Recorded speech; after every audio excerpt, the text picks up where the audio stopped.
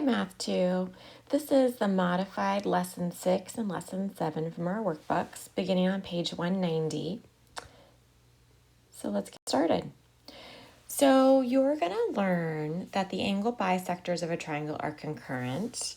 You'll see that they then intersect in one place. We're going to call that intersection point an end center. And then we're going to realize that the end center is equal distance.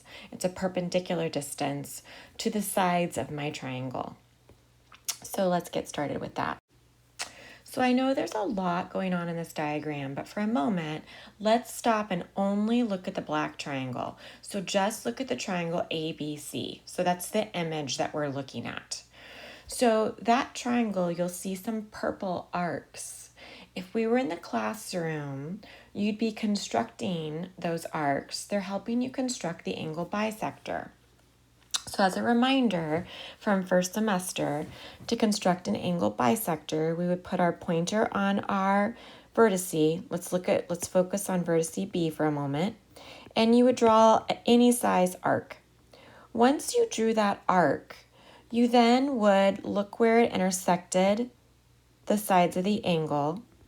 You then would use those intersection points with your compass, and you'd put your pointer there and you'd set it to more than halfway, and you'd arc up, and then you'd put it on the other intersection point and arc up. That would create an intersection that you would then line up with your vertice, and you would draw a line through it. And that was our angle bisector. You would have bisected your angle. So in this diagram with your purple arcs, you'll see that each angle was bisected. Angle B, angle A, and finally angle C.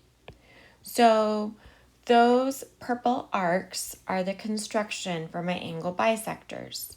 So you'll see 3 angle bisectors in our picture. We have the angle bisector from B, we have the angle bisector from C, and finally we have the angle bisector from A. I'd like you to notice that all of these angle bisectors intersect at this point. Notice they called the point I, so that's a capital I right there. That's because it's going to be called the end center. So now I'd like you to ignore, if you will, the purple arcs and my green lines and focus in on the end center, where the angle bisectors intersect, where they are concurrent. We call this the end center. If you'll remember, in the last lesson, we learned about the circumcenter. The circumcenter was where the perpendicular bisector of the sides intersected, and we called that the circumcenter. And that was a circle outside my triangle. So now this was lesson 5 that we did Tuesday and Wednesday. So now this is where my angle bisectors intersect. It's called an end center, and it's the center of a circle that's inside your triangle. So take a look at my red circle. This circle is inside my triangle, and this would be its radius from the center to where it touches my triangle. So there is a radius, if you will, that touches the side of the triangle in 3 places. They're all the same because the radius of the circle is the same everywhere. And so this is the end center. It is equal distance to the sides of my triangle. Let's take a look at another diagram to understand this a little better. So this is the same picture again. And this is just detailing that this is called the end center, which we wrote on the last page. And it's the center of a circle that's inscribed, meaning inside the triangle. So inscribed would be inside my triangle. So there's 2 diagrams here. I'd like you to focus first on the diagram on the left. Technically, we've seen this diagram when we did angle bisectors. When we created angle bisectors, every point on the angle, so every point on this angle bisector is equidistant to the sides of the angle. In other words, this distance from E to F that we see marked in green and the distance from D to F are both equal. Notice it's a perpendicular distance. I like to say that the perpendicular distance is congruent. You can't draw any random line from D to the side of an angle and say that those dotted lines are equal, because they're not. Specifically, it needs to be the perpendicular distance. Let me erase those now. So we're going to use that idea inside a triangle. So this triangle is just made up of 3 different sides, and I have 3 different lengths inside that are the same. They're green in this picture, so let's take a look at them. Let me go get my green color. I'd like you to focus on this distance, and this distance. Those are the perpendicular distances from the end center to the 3 sides of the triangle. There's 3 of those distances because there's 3 sides to my triangle, and they're all the same. That's because, as it says in the second bullet above, the end center is equidistant to the 3 sides of the triangle. Keep in mind, let me get the blue color, that from B to D and D to C and D to A are not, for any reason, equal to each other. So the distance to the vertices are all different, or can all be different. The distance that is equal, that's equal distance, is the distance from the end center, D, to the 3 sides of the triangle. That's why you can create an inscribed circle if you use the end center as the center of your circle. Please ignore the 2 red answers on the screen. I didn't delete them before we began. So let's take a moment and look at how we might do problems that involve end centers. So first, notice that they say S is the end center of the triangle. So when you know that, this triangle, by the way, is not drawn to scale. So the distance that are congruent don't really appear to be. So we just have to be smarter than our diagram in this case. So remember, it's not drawn to scale. So if S is an end center, I know that it's equidistant, and that is a perpendicular distance to the sides. So I can mark SU congruent to SR, congruent to ST. And I realize they don't look like it in this diagram, but if S is the end center, then they are.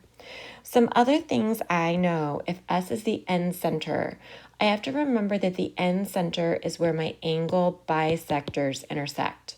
So I know that both sides of angle N must be 28. I don't know angle P right now, but I know that both sides of the angle are congruent. And I don't know, I actually do know. If angle SMR is 31, so is the other side SMT. I know that they would be congruent because those should be the angle bisectors. The angle bisectors intersect in what we call our end center. So taking a look at this diagram, I can actually figure out ST, but in order to do that, the actual angle I'm going to figure out is not ST. The actual segment I'm going to figure out is not ST. I'm going to figure out SU. Let's take a look at this green triangle inside my big triangle. If you look at this triangle, it's a right triangle, and you happen to know this side is 8. You know the hypotenuse, which is across from the right angle, is 10. So the only thing you don't know is SU. So I'm going to find that. Let's set up the Pythagorean theorem for the green triangle. I know that SU squared plus 8 squared has to be equal to my hypotenuse squared, which is 10. If you're new to your Pythagorean triples, you'd already know that SU is 6. But if not, then you know that SU squared plus 64 equals 100.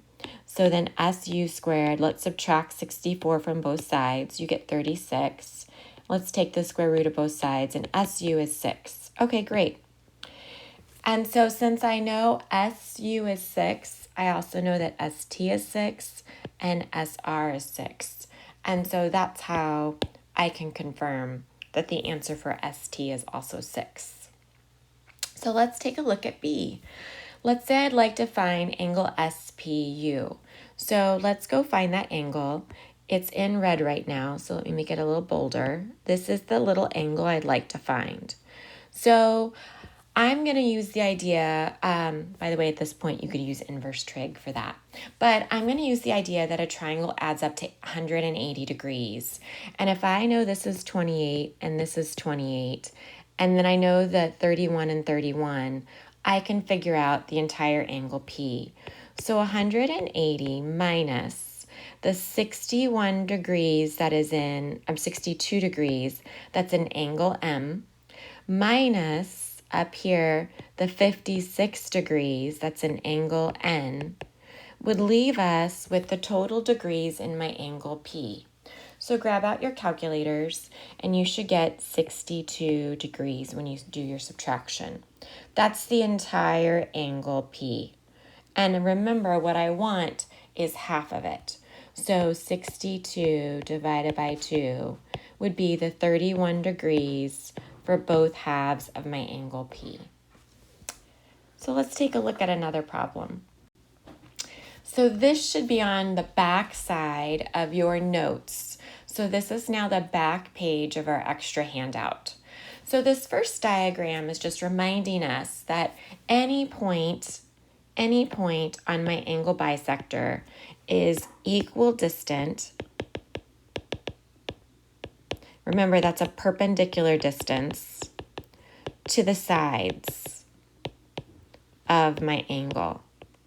So in this first diagram, if JM is 12.8, so should ML. It should also be 12.8.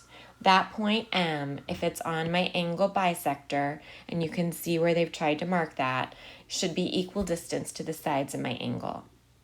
So let's take a look at the next problem. The next problem is similar, except this time they're showing me that my perpendicular distance is the same. What I should realize then is D must be on the angle bisector. So now I know this angle is bisected. If the entire angle is 112, so the entire angle A, B, C is 112 degrees, I can figure out each half. I can take my total, divide by 2, and I would figure out that each half has to be, what is that? 56 and 56. So let's take a look at our next question, question 3. In this particular diagram, again, they're trying to show me that I have an angle bisector. SP is an angle bisector. So any point on this should be equal distance to my sides. So if SR is 14.7, then SQ should also be 14.7. Notice the perpendicular marks. That's important. It's equal distance, a perpendicular distance to the sides of my triangle. Let's take another problem. So this is another problem that's the same. When I see the 62 and the 62, I know that K must be on an angle bisector. That makes KJ my angle bisector. So if I know that KJM, start at K, go to J, go to M, if I know this is 29 degrees, then I also know the other side is 29 degrees. And the problem asks for the measure of LJM, which would be the total, 29 plus 29, LJM. Yes, it does ask for the total, just double checking. And so that would be 58 degrees. So let's take a look at this problem. This problem has a lot going on. So first, let's back up and look at what we're told. JV, so JV and KV are angle bisectors. So I know that both sides are the same here. Both sides are 19. So I actually know both sides of J are 19 degrees. I know that both sides of K are equal. I don't know what K is, but I know that KV is an angle bisector. It tells me that in the directions. That also tells me that V is an end center. So V is my end center. So I happen to know something about V. If VW is perpendicular, the perpendicular distance to the side of my triangle, I know that V is 7.3 units to each side. Keep in mind that's a perpendicular distance to each side. So these are the things that I know because JV and KV are the angle bisectors. So it's asking me the distance from V to KL. So V is my end center and KL is the side of my triangle. So that distance is not drawn in my picture, but if I could draw it in my picture, it would be perpendicular. It would be a perpendicular distance from V to my side. And there's another one, a perpendicular distance from V to JL. So I have a perpendicular distance from my end center to all three of my sides that are all congruent. All of these distances in here are equal, and they are all equal to the 7.3 I was given in the beginning. So that distance is 7.3 units. So let's find VKL. So let's go figure out VKL is this little distance right here, this little tiny angle. And I would like to figure that out. Again, I'm going to use the fact that the entire triangle is 180 degrees. I know this is 19. I know this side is another 19. I know the entire angle L is 106. So if I take my entire triangle, 180 degrees, and I subtract out L, which is 106, and I subtract out J, which is 38, I would get what's left over for K. And when I do that math, I believe I get 36, I might. So double check my math for me if you're at home. But when I get my 36 degrees, then that would be the entire angle K. But what I'm looking for is half of it. So the measure of angle VKL would be equal to 36 divided by 2, or 18 degrees. Let's go look at the next problem.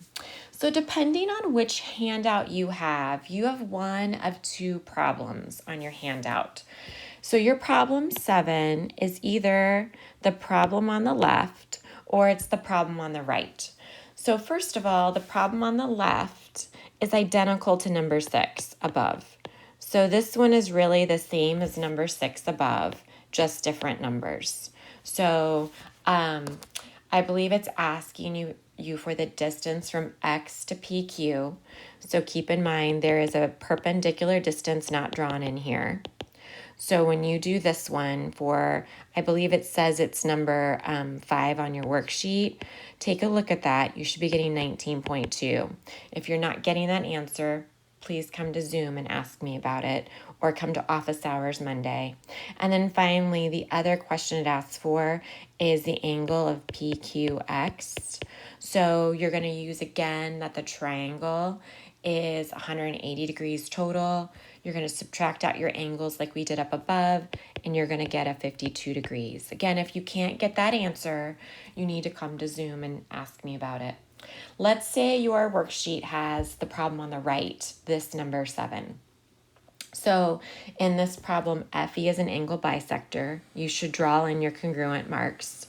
That does tell me that this E right here is my end center. It's equal distant from my sides of my triangle. So those distances should be congruent.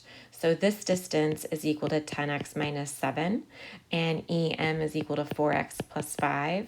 So those distances should be the same. I can set them equal to each other. So you'll set your 10x minus 7 equal to your 4x plus 5. And you will subtract your 4x over, you'll get your 6x, you'll add your 7 over, you'll get your 12. When you solve that, I believe you should get that your x equals 2.